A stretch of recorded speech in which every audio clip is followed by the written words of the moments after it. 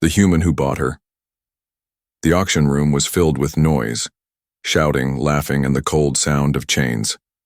Aliens from all over the galaxy sat in rows, ready to buy living beings like objects. On the metal stage, an alien girl was forced to stand. Her name was Vexa. She had silver hair, purple skin, and tired yellow eyes. Her wrists and ankles were chained. Her body was thin and her face showed pain from many years of slavery. The auctioneer, a fat green alien with 4 arms, shouted, "Next item. A weak, useless slave, can't work much, may be good for experiments or pain play." The crowd laughed, cruelly. Vexa kept her eyes on the floor. She didn't look up. She knew better. Looking someone in the eyes could get her hit. She had learned to stay quiet, stay still, and hope for quick pain instead of slow torture. A voice shouted from the crowd, 100 credits. The room went silent. A tall alien laughed. "Who's the fool?" Everyone turned. A man stood, alone in the back of the auction hall. A human. He looked around 50 years old. His face was tired but calm. He wore a brown coat, dusty boots, and carried no weapons.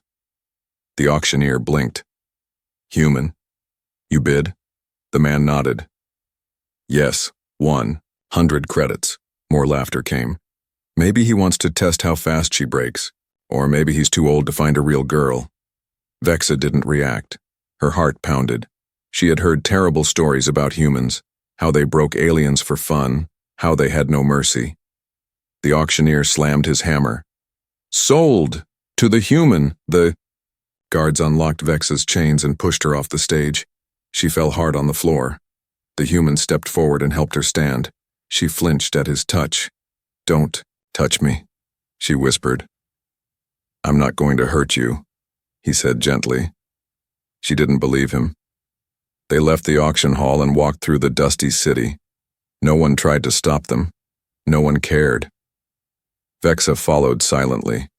She didn't try to run. What would be the point? Slaves who ran only died tired. The human led her to a small ship, old but clean. He opened the door and she stepped inside. No chains, no cages. He pointed to a seat. "Sit down, we'll be flying soon." She sat confused. He walked to the control panel and started the engines. A few minutes later, the ship was in the sky, flying away from the slave city. Vexa stayed quiet. He turned to her. "You hungry?" She looked away. He didn't ask again. He walked to the small kitchen and brought her a tray. Simple food. Real food. Warm food. He placed it on the table near her. She looked at it for a long time. It didn't smell poisoned. But maybe it was a trick. She took one bite. Her body shook. It was the first real food she had eaten in years. "My name is John," the human said. "What's yours?" She didn't answer. "That's okay," he said. "You can tell me when you're ready." She glanced at him. No anger in his eyes. No hate. Just calm. This wasn't how humans were supposed to act. When they landed on a green planet, John led her to a small house made of stone and wood. It was quiet. Peaceful. Birds flew in the sky. Trees danced in the wind. He opened the door. "This is my home. You're safe here." She walked inside slowly. The air smelled like clean wood and cooking spices. He showed her a room. It had a bed, a small table, and clean clothes. "You can sleep here. Bathroom's over there, no locks, no cameras." She turned to him. "Why are you doing this?" "Because you deserve better," he said. "No one's ever said that to me," she whispered. "Then it's time someone did." That night she sat on the bed, staring at the stars through the window. She didn't sleep. She waited for chains, for pain, for screams. But none came, and for the first time in her life, she began to wonder, what if he really wasn't like the others? The human's strange kindness. Vexa sat in the corner of the room, knees pulled to her chest. Morning light came through the window. Birds chirped. Wind moved the curtains gently. The house felt soft, safe. But Vexa didn't trust it. Nothing in her life had ever stayed safe. She had spent her whole life in cages, dark rooms, and pain. This room had a bed, a warm blanket, a door that didn't lock. That scared her more than any whip ever, had she didn't understand this human. John was in the kitchen making something. The smell was strange but good, like warm bread and spices. He hummed a song while cooking. Vexa peeked out from the hallway. He didn't see her. Or maybe he did but pretended not to. That was strange too. She expected orders, shouts, threats. But none came. Later he placed a tray near her room. "Eat when you're ready," he said softly, and walked away. She waited. 10 minutes, 20. No one came back. Finally, she picked up the food. It was warm rice, vegetables, and a strange red sauce. She sniffed it carefully. Her hands shook. She took one bite, then another, and another. She finished the whole plate. That afternoon, John sat outside near the garden. Vexa slowly walked out, staying far from him. She watched as he used small tools to plant something in the dirt. He looked up. "You ever seen earth tomatoes?" She shook her head. "They're red. Sweet. Good for sandwiches." He smiled. "Want to help?" She stared. Was it a test? Still. She walked forward. He handed her some seeds, showed her where to place them, how deep to push them into the soil. His hands were big but careful. She copied him slowly. For the first time, her hands weren't being used to clean blood or carry heavy crates. They were being used to grow something. Later, she saw a shelf of small wooden boxes in the hallway. She peeked inside one. It had old toys, alien toys, not human ones, and tiny clothes. "Those were my daughters," John said from behind her. She jumped back, startled. He didn't scold her. She was half Zanari, like her mother. "They're gone now."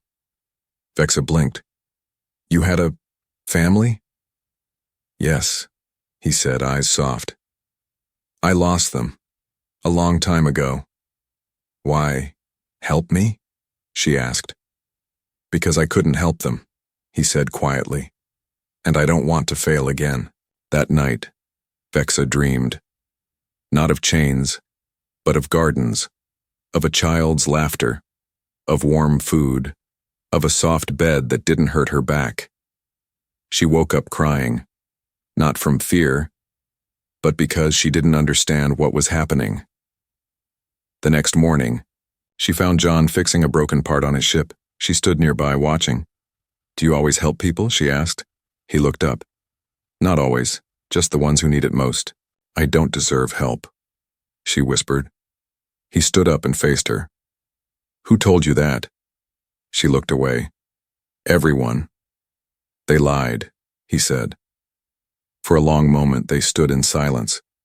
The wind blew gently. Leaves moved around their feet. "Your name?" he asked. "What is it?" She hesitated. "Vexa." John smiled. That's a strong name. She had never heard anyone say her name like that before. Not like she was trash. Not like she was something to be owned. Like she was real. That evening she watched him from the porch as he fixed the lights on the roof. The sunset painted the sky orange and red. Her fingers touched the necklace she used to hide, a tiny broken charm from her sister, the only family she had before slavery. John looked down at her. "You're free now, Vexa, whether you believe it or not." She didn't answer. But for the first time, she wanted to believe it. Fears and flashbacks, night came softly, but Vexa did not sleep. She sat on her bed, wrapped in a blanket. Her room was quiet, peaceful. But inside her mind, the past was loud. Her eyes stared at the ceiling. Every sound outside, the wind, a creak, even a falling leaf made her jump. Her fingers clenched the blanket like a shield. The walls felt too thin. The silence felt like a trap. And then, her nightmare began. She was back in the dark cell, cold floor, no light, the iron collar around. Her neck burned. A door opened. Footsteps, laughter.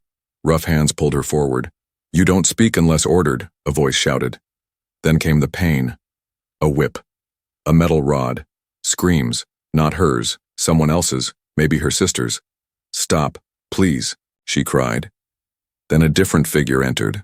A human, face hidden in shadow. He didn't save her. He watched. He smiled. Vexa screamed and shot up in bed, heart racing. Her breath came in short gasps. Her body shook. The door opened fast. John stood there. He didn't rush toward her. He stood near the door, hands visible, voice calm. "You're safe," he said. She pressed herself against the wall. "Stay away," he nodded. "Okay, I'll stay right here." Tears ran down her cheeks. "I saw them," she whispered. "I saw everything again." "I believe you," he said. Every word. John sat down near the hallway, not coming closer. "I've had nightmares too. From war, from loss. You're not broken, Vexa. You're healing." "No one ever believed me before," she whispered. They were wrong.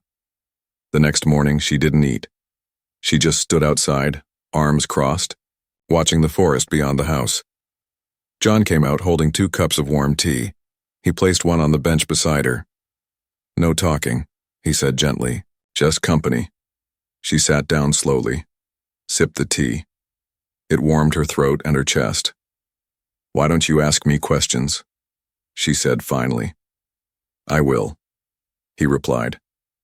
"But only when you're ready to answer."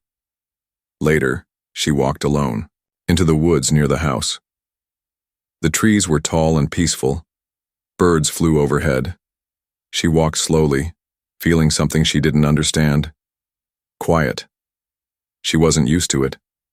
Then she heard a sound. Footsteps. Too heavy. She turned. 3 aliens stepped out from behind the trees. Rough armor. Dirty weapons. Scarred faces. One smiled. "Look at this. A little pet walking all alone." Vexa stepped back. "Don't be scared," another sneered. "You're worth good money on the black market." "Stay away," she said, voice shaking. The leader pulled a knife. "Come here, girl. We won't hurt you much." Before they could reach her, a voice shouted like thunder, "Drop your weapons." John stood behind them, plasma gun aimed, eyes burning with anger. "You touch her," he growled, "and none of you walk out." The aliens turned. "You're just one man." John didn't move. "Try me." The standoff was tense. The aliens watched his face, his stance. Then, they backed off. "This isn't over," one muttered, disappearing into the woods. John rushed to Vexa's side. "You okay?" She nodded, breathing fast. "How did you find me?" "You weren't back for lunch. And I told you, I protect the people I care about." That night, Vexa sat near the fireplace, wrapped in a new blanket. She looked at John, who was cleaning a tool. "Why did you do that?" she asked. "Do what?" "Risk your life for me." He looked at her. "Because someone should have done it a long time ago." Her voice trembled. "No one ever has." He met her eyes. "They will now." For the first time, she didn't cry. When she closed her eyes and when she dreamed, it wasn't of chains, it was of stars and safety, and a human who didn't walk away. The galaxy hates humans, but not him. The next day, Vexa watched John pack supplies into a hover cart. The small town near the forest was holding a monthly market, and he needed tools and medical herbs. He looked over at her. "Want to come?" he asked. Vexa hesitated. She had never been around crowds without being pushed or chained. Still, she nodded slowly. "I'll stay close," she said. "You don't have to," he replied, "but I'll be right beside you either way." The town was built between rocky cliffs with small shops made from metal and stone. Aliens of all types moved through the open square, selling, shouting, eating. Vexa walked beside John, her hood up. She felt everyone staring not just at her, but at him, A vendor narrowed his eyes. Is that a human? I thought they were banned here, another muttered. Vexa moved closer to John. Why are they looking at you like that? John sighed. The galaxy doesn't forget easily. They stopped at a small booth selling herbs. The seller, an old insect-like creature, refused to look at John. No humans, he hissed. I remember the fires. I'm not here to cause trouble, John said, placing credits on the table. You caused enough years ago. The alien shoved the credits back and turned away. John walked off silently. Vexa followed. They hate you, she said. They fear me, he replied. Why? John took her to a quiet place outside the market. They sat on a broken stone wall overlooking a dry riverbed. He pulled out a small data chip and placed it on the ground. A blue hologram flickered to life. It showed a younger John, clean uniform, medals on his chest. Human soldiers stood beside him, alien civilians behind them, scared and injured. I used to be a commander in the Earth Defense Corps, he said. We didn't join the Galactic Union. We fought them. Why? Vexa asked. Because they believed in slavery. We didn't. He touched the hologram and the scene changed, now showing a destroyed city. Some aliens saw us as monsters, but others saw us as hope. My wife was one of them. Vexa looked at the flickering image. The one in your photo? John nodded. Sorali. She fought beside me. She saved more lives than I ever did.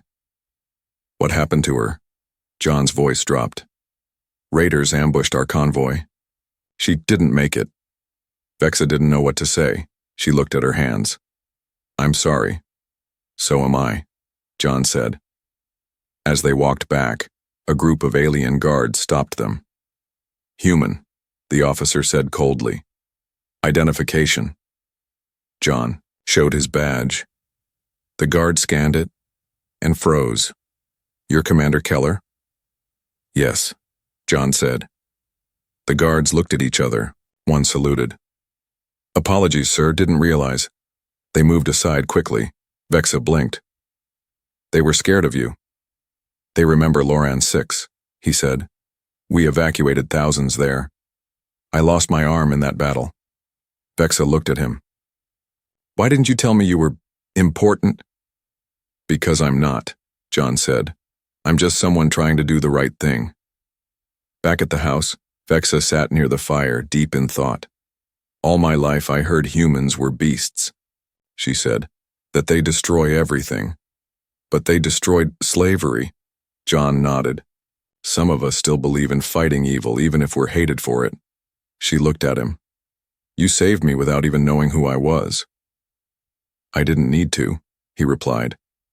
You were in chains. That was enough. She stared at him for a long time. Maybe. Not all monsters look the same. And not all heroes wear medals, he said. That night, Vexa stood at the window again. But this time, she didn't feel like a prisoner. She felt like a spark. And that spark was starting to grow. She's not worth saving. Or is she? The morning was cold. A soft mist covered the trees outside John's home. Birds chirped low, but something in the air felt wrong. Vexa was in the garden, watering small plants they had planted together. She wore gloves now. She liked the feeling of dirt between her fingers. It meant life was growing. Inside the house, John was checking his messages. A warning signal flashed. He stood quickly. They found us. Minutes later, a loud sound shook the sky. A ship, dark, old, and heavily armed, landed in the clearing outside the house. Vexa dropped the watering can. 3 armed bounty hunters stepped out. One of them wore red armor with a cracked helmet. She recognized him. Xerox, she whispered.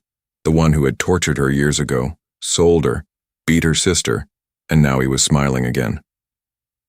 You didn't think we'd forget, girl, Xerox said. You're valuable, especially now that you've been seen with him. John stepped outside, weapon in hand. You'll leave now, he said calmly. Xerox laughed. Old man, do you think you can stop us? I've stopped worse, John replied. The air turned tense. John stood between Vexa and the bounty hunters. Vexa's legs shook, but she didn't move. Xerox raised his weapon. "Move, human." John didn't, so they shot him. The plasma bolt hit John in the shoulder. He fell to the ground, groaning, blood soaking his jacket. "John!" Vexa dropped beside him, eyes wide with panic. He tried to speak, but he was weak. Xerox grinned. "Now come quietly, girl, or he dies." Vexa looked down at John. This man had fed her, clothed her, given her freedom without asking for anything in return. He didn't deserve to bleed on the dirt. She stood up, and for the first time in her life, she didn't feel like a slave. She felt like a shield. Vexa stepped in front of John. "You want me?" she said, voice shaking. "Then come take me." Xerox blinked. "What?" "You heard me," she growled. "You don't own me anymore." Xerox charged forward. Vexa reached down, grabbed John's plasma pistol from his belt, and fired. The blast hit Xerox's leg. He screamed and fell. The other two hunters raised their weapons, but Vexa didn't run. She aimed again. One fired. The shot grazed her side, burning her skin, but she didn't stop. She pulled the trigger again. Boom. One more bounty hunter dropped. The last one backed away. "She's not a slave," he muttered, turning and running to the ship. The engines roared and lifted the broken team away into the sky. Vexa dropped the pistol. Her hands were shaking. Blood on her side, but she didn't care. She knelt beside John and ripped his shirt open. "You're going to be okay," she whispered. "You have to be." His eyes opened slightly. "You fought back. For you," she said. "And for me." He smiled weakly. "Told you, you weren't worthless." She grabbed his hand. "You didn't save a slave. You saved a fighter." Later, in the medbay of a nearby village, Vexa sat beside him while his wound was treated. Her own arm was wrapped now too. The healer was a kind old alien woman who didn't ask questions. "You fought well," she told Vexa. "That kind of courage doesn't come from anger. It comes from love." Vexa didn't answer. She just watched John sleep. That night, she stood outside under the stars. She touched the place on her body where the blaster had grazed her. The skin still burned, but her heart felt different. Once she believed she was broken. Now she knew she was rebuilding. And this time, she wasn't alone. Betrayal at the border. Vexa watched the world fly by through the shuttle window. She sat beside John, his arm in a sling and his face pale but strong. After the attack, they both knew they couldn't stay hidden any longer. They were headed to Port Elveris, one of the few neutral stations that offered freedom papers to escaped slaves. If her record was approved, she would become a registered citizen. No one, not even slavers, could touch her after that. But Vexa had learned the hard way. Hope was dangerous. The landing pad buzzed with ships from every system, traders, smugglers, diplomats. John walked slowly, limping, but didn't complain. Vexa kept her cloak on, head down. They reached the check-in gate. A cold-looking alien officer stood behind the desk, thin face, narrow yellow eyes. His badge read, Director Felk. "Purpose?" he asked. "Refugee registration," John said. "Vexa of the Volari caste, formerly enslaved." The officer scanned Vexa's chip. He paused, then smiled, but not the friendly kind. "Oh, I see." Vexa's heart sank. Felk tapped his communicator. "Guards to Gate 3. John stepped forward. "What are you doing?" "She's flagged," Felk said. "Claimed by the Zelkrin Syndicate. You're harboring. Stolen property. I have proof she was taken illegally," John growled. Felk shrugged. "Doesn't matter. Zelkrin pays better than truth." 4 armed guards appeared. Their weapons were drawn. "Don't do this," Vexa said. "You're supposed to protect people." "I protect profits," Felk replied with a smirk. John reached for his ID badge. "You'll regret this. I'm Commander John Keller, Earth Defense Corps." I'll have this station reported for violation of interstellar law. Felk laughed. Earth's laws mean nothing here. The guard stepped forward, step away from the girl. John raised his hands. If you touch her, you'll do what? Felk snapped. You're a wounded old man with a fake hero badge. Then, Vexa moved. She stepped forward in front of John. Loudly, clearly, so everyone in the crowd behind them could hear. I was a slave. Silence. I was tortured, bought, and sold. But this man never touched me, never hurt me. He gave me food, shelter, a bed, a name. He protected me when no one else did. Felk rolled his eyes. No one cares what a slave thinks. Vexa raised her voice. Then listened to a free person. People stopped walking. Traders, soldiers, alien merchants. One stepped forward. A blue-skinned woman. She speaks truth. Another joined. I saw her shoot a bounty hunter who tried to take her back. The crowd grew. The guards hesitated. John smiled faintly. Well, this just got interesting. Felk's smile vanished. Arrest them both, he shouted. But before the guards could move, a gun clicked. A tall figure stepped into the light, wearing a dark coat with the symbol of Earth's military. It was Agent Miri. Touch either of them, she said coldly, and you'll answer to the Earth High Tribunal. Felk froze. What are you doing here? Watching, she replied, and recording every word of your little betrayal. She held up a data recorder. This station's reputation just crashed.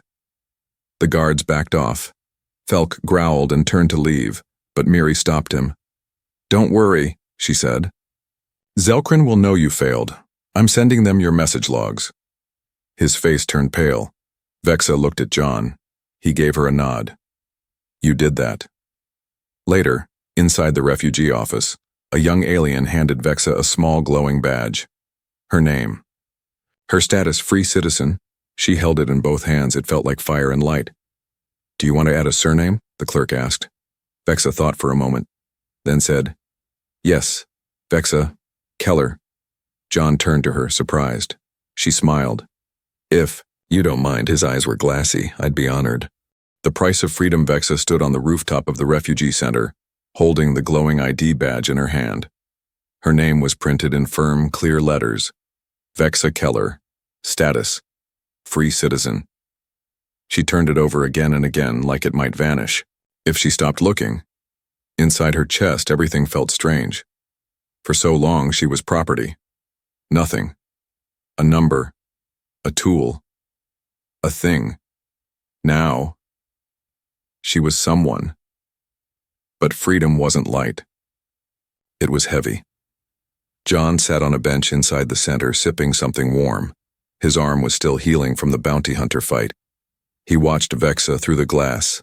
She had grown stronger, braver. She walked taller now, but he could also see it in her eyes. She still didn't feel safe. Want to talk, too? He asked as she came inside. Vexa sat beside him. I don't know how to feel. That's normal. I thought freedom would fix everything. But I still remember all of it. He nodded. Freedom doesn't erase pain. It teaches you how to stand with it. She looked down. I'm scared. Then be scared, he said. But don't stop walking. That night, the refugee center went into lockdown. Red lights flashed. Sirens wailed. John jumped from bed. Vexa ran into the hallway. A security officer shouted over the intercom. Zelkrin Syndicate forces have breached the perimeter. All staff and civilians evacuate immediately. Vexa's heart dropped. They came back, she whispered. John grabbed his gear, limping toward the control room. They don't care about laws, they want revenge. Outside, a gunship hovered over the center, blasting the gates. Vexa could see at least 10 armed soldiers advancing. She turned to John. You're not in shape to fight. I'll do what I can, he said. But they're after you. Then I should be the one to stop them. John hesitated, then handed her a pulse rifle. Stay sharp. Don't play fair. Vexa moved through the shadows of the center's outer halls. She wasn't a slave anymore. She wasn't prey. This was her home now. These were her people. She wouldn't run. Not again. A group of Zelkrin mercs burst through the side doors. She was waiting. She fired first. Boom, boom, boom. One dropped. Another took cover. But they weren't ready for her speed. She ducked, rolled, grabbed one attacker's weapon, and knocked him out cold with the butt of her rifle. Her breath came fast, but her hands didn't shake this time. "I'm not yours," she growled. Meanwhile, John reached the control room and began sending a distress signal to nearby Earth ships. "Come on," he muttered. "Someone's got to be close." Static. Then, "This is ECS Resolute. We're en route. 10 minutes. Better late than never." Back in the courtyard, Vexa climbed to the rooftop and saw the lead Zelkrin gunship preparing to fire at the center's walls. She had no time. She took aim at the power coil on its left engine. One shot, bang, a direct hit. The ship spun out, crashing sideways with a loud explosion. Fire lit the sky. The remaining mercs ran in panic. From above, 3 smaller Earthships finally descended, sirens blaring. Zelkrin forces surrendered or fled. The fight was over. Vexa dropped to her knees, breathing hard, then felt a hand on her shoulder. "John, you did it," he said softly. She looked at him. "We did." 3 days later, peace returned. The Refugee Council awarded Vexa a medal, a recognition of bravery, but she refused to take it alone. She turned and placed it in John's hand. "Without you, I'd still be in chains," she said. He smiled. "Without you, I'd still be running from the past." Soon after, the Earth fleet offered her a position, special operations, helping free other enslaved aliens, finding and shutting down illegal trade rings. At first, she wasn't sure, but then she remembered every cage, every scream, every girl who never got saved. She said yes.